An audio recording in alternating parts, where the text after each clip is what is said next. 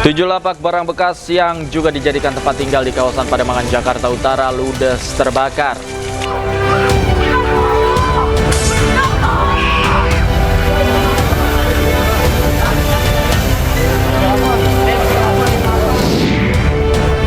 Bupati Pati Sudewo diperiksa KPK usai ditangkap saat operasi tangkap tangan kasus dugaan jual beli jabatan perangkat desa.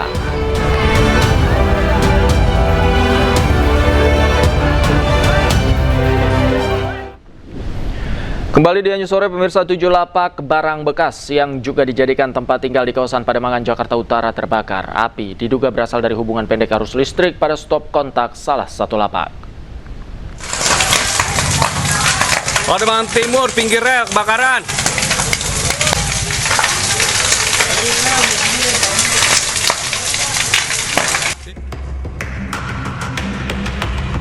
7 lapak barang bekas yang juga dijadikan tempat tinggal di Jalan Pademangan 4 Gang 8 RT 8 RW 2 Kelurahan Pademangan Timur, Jakarta Utara terbakar. Warga berupaya memadamkan api dengan peralatan seadanya. Namun api merambat ke barang-barang mudah terbakar hingga ke bangunan usaha lain. Awalnya tadi ada si ibu-ibu teriak-teriak, minta tolong-tolong. Saya keluar, tuh api udah gede, Pak. Api udah gede, jadi nggak bisa diatasin. Kita nunggu pemadam. Itu awal api dari bangunan apa, Pak? Jadi itu barang-barang bekas, kardus, kayak botol, kayak karet-karet lah, barang-barang bekas. Penyebab kebakaran diduga dari korsleting listrik dari stop kontak di salah satu lapak. 16 unit mobil pemadam kebakaran dengan 85 personel Gulkarmat Jakarta Utara dikerahkan untuk memadamkan api. Asal api, informasi dari tumpukan sampah limbah ya, rongsokan. Ini dari sebelah kanan ini yang nomor 2 ya. Karena warga yang melihat sendiri itu melihat percikan kemudian membesar. Tidak ada korban luka maupun jiwa dalam peristiwa ini.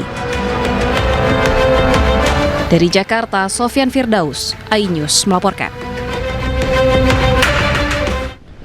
Pemirsa, banjir kembali merendam permukiman warga di Kampung Kampek, Desa Karangligar, Kecamatan Teluk Jambe Barat, Kabupaten Karawang, Jawa Barat. Tak hanya rumah warga, banjir juga merendam belasan rumah panggung program Gubernur Jawa Barat Deddy Mulyadi yang dibangun untuk mengatasi banjir di wilayah Karangligar. Masjid, ruang guru. Banjir setinggi lebih dari 3 meter merendam hingga atap pemukiman warga Kampung Kampek, Desa Karangligar, Kecamatan Teluk Jambe Barat, Kabupaten Karawang, Jawa Barat. Sedikitnya 132 rumah terdampak dan 472 warga terpaksa mengungsi ke tempat yang lebih aman. Selain merendam rumah warga, akses jalan lumpuh total dan hanya dapat dilalui menggunakan perahu darurat. Tidak hanya rumah warga, banjir juga merendam belasan rumah panggung program Gubernur Jawa Barat Deddy Mulyadi yang dibangun untuk mengatasi banjir di wilayah Karangligar. Banjir terjadi karena tingginya intensitas hujan yang menyebabkan sungai meluap dan sistem drainase tidak mampu menampung debit air. Warga berharap banjir segera surut serta adanya penanganan serius agar bencana banjir serupa tidak terus terulang setiap tahunnya. Tim Liputan iNews melaporkan. Pemirsa, seorang lansia di Lumajang, Jawa Timur ditandu menyeberangi aliran lahar dingin untuk mendapatkan perawatan medis di rumah sakit. Hal ini dilakukan lantaran jembatan tertimbun material banjir lahar Gunung Semeru.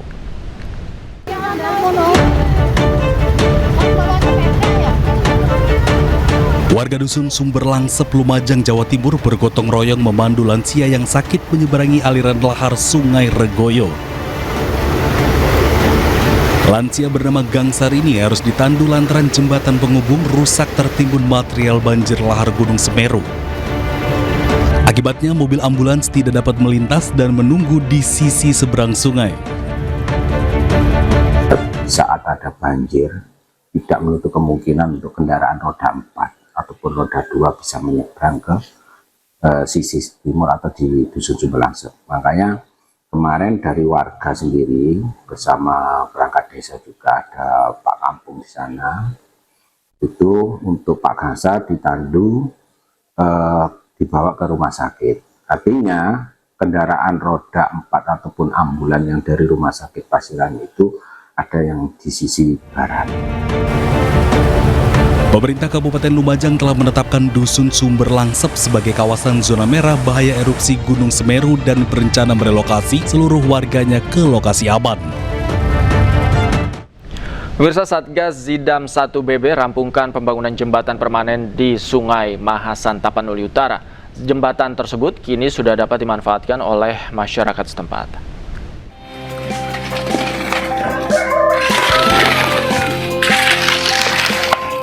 Zeni Kodam 1 Bukit Barisan dan Batalion Zeni Tempur 1 Diradarma merampungkan pembangunan jembatan di Sungai Mahasan, Desa Sitolubahal, Kabupaten Tapanuli Utara, Sumatera Utara. Jembatan yang dibangun merupakan jembatan permanen dengan konstruksi plat besi berukuran 8 x 3 meter dan kedalaman sekitar 3 meter. Pembangunan ini bertujuan untuk meningkatkan akses transportasi masyarakat, khususnya dalam mendukung aktivitas menuju area persawahan dan perladangan yang selama ini terkendala kondisi medan dan sungai. Saat ini jembatan dapat dilalui kendaraan roda 2 maupun roda 4. Kita ke informasi lain, pemirsa. 2 pelaku pencuri sepeda motor bersenjata api kepergok saat akan mencuri di halaman rumah di Kecamatan Curug, Kabupaten Tangerang, Banten. Untuk kabur dan menghindari amukan warga, salah seorang pelaku melepaskan tembakan.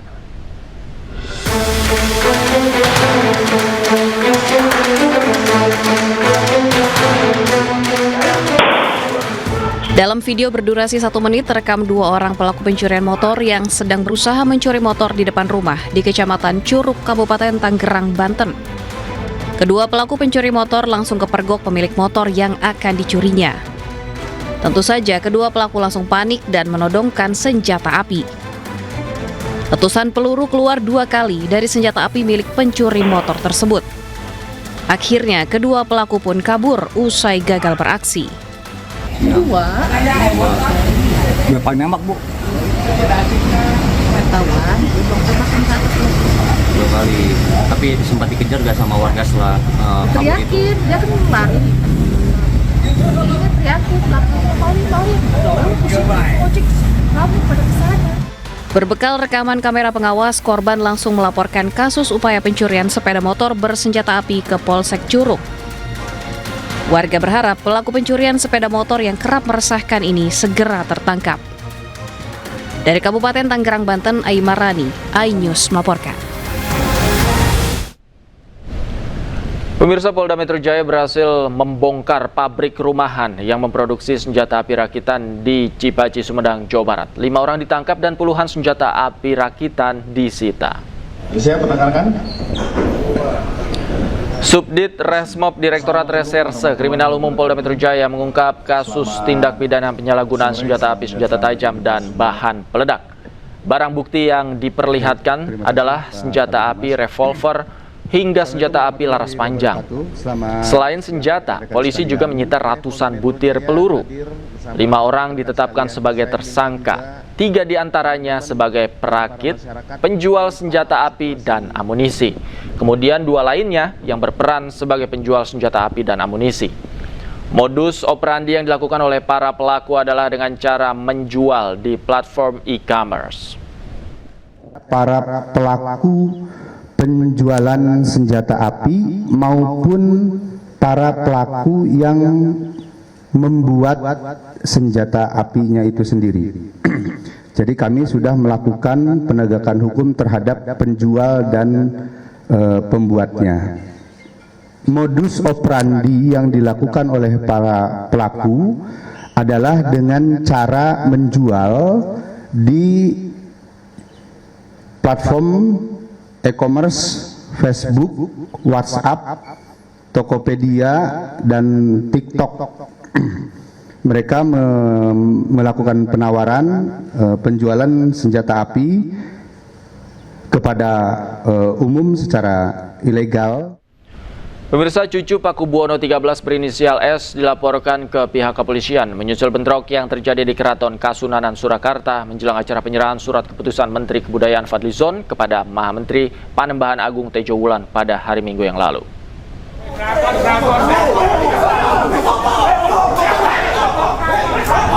Cucu Pakubuwono 13 berinisial S diduga terlibat dalam pengeroyokan terhadap seorang abdi dalem berinisial RP hingga membuat korban mengalami luka-luka. Ditegaskan oleh kuasa hukum korban Ardi Sasongko bahwa pengeroyokan dilakukan oleh sejumlah orang berseragam hitam. Luka paling parah terdapat di bagian kemaluan dan belakang kepala korban. Salah satu dari penjaga kami karena mungkin dia kecil ya, itu langsung diambil. Nah saat itu korban ini langsung mendapatkan perlakuan, mohon maaf, ditendang di kemaluannya. Kemudian ada luka-luka di belakang kepala, ada memar di dada kiri dan juga di tangan kiri. Dan semuanya sudah kami lakukan secara terpakung. Kita lakukan di Rumah Sakit DKD Kota Surakarta melakukan pelaporan atas dugaan tindak pidana. Tim SAR lakukan upaya pencarian 3 korban yang masih terjebak di area galian tambang Kabupaten Bogor, Jawa Barat. Upaya pencarian membutuhkan peralatan khusus akibat jalur yang sempit dan struktur yang tidak stabil.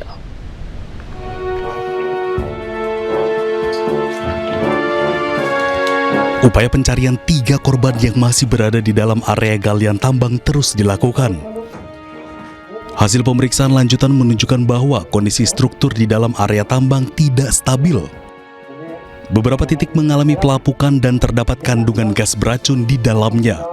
Proses evakuasi membutuhkan peralatan khusus untuk ruang terbatas karena jalur penambangan yang sempit dengan diameter 1 meter. Untuk melaksanakan evakuasi, kami lakukan asesmen terlebih dahulu pada area tambang tersebut. Dan tim yang kami turunkan adalah dari Basarnas Special Group dan juga dari kantor SAR Jakarta. Dan diketahui dari hasil asesmen bahwa area tersebut sudah merupakan area yang sudah tidak layak ya, kondisinya labil. Dan kemudian juga selain kondisinya celahnya sempit, juga terdapat gas yang berkadar ataupun beracun yang Upaya pencarian akan dilaksanakan oleh tim rescue dari Basarnas dengan dukungan peralatan yang memadai. Pemirsa, Mahkamah Konstitusi mengabulkan sebagian permohonan uji materi Undang-Undang Nomor 40 Tahun 1999 tentang pers. Sengketa karya jurnalistik tidak bisa langsung dipidana hingga digugat perdata. Dalam putusannya, Mahkamah Konstitusi menyebut wartawan dalam menghasilkan karya jurnalistik tidak dapat serta-merta diproses pidana atau perdata atas karya jurnalistiknya. Mahkamah Konstitusi mengingatkan sanksi pidana maupun perdata tidak boleh dijadikan instrumen dalam menyelesaikan sengketa pers. Sementara itu, sengketa pers yang muncul dari produk jurnalistik harus melalui mekanisme yang diatur dalam Undang-Undang Pers Nomor 40 Tahun 1999. Mahkamah Konstitusi juga menegaskan proses penyelesaian sengketa dari produk jurnalistik diselesaikan terlebih dahulu melalui hak jawab, hak koreksi, dan penilai Dewan Pers. Majelis Hakim akan mengesahkan bukti dulu, alat bukti dari Presiden PK 1 sampai dengan PK 9, betul ya Pak? Benar yang mulia. Dan dari pihak terkait Dewan Pers PT 1 sampai dengan PT 6. Tapi Dewan Pers nggak hadir ini. Nanti kami sahkan ini karena sudah diverifikasi. Baik untuk pemohon, kemudian DPR dan pemerintah, Presiden dan pihak terkait, jika akan mengajukan kesimpulan, diberi kesempatan hingga hari Selasa tanggal 2 Desember 2025, 7 hari kerja sejak sidang terakhir hari ini.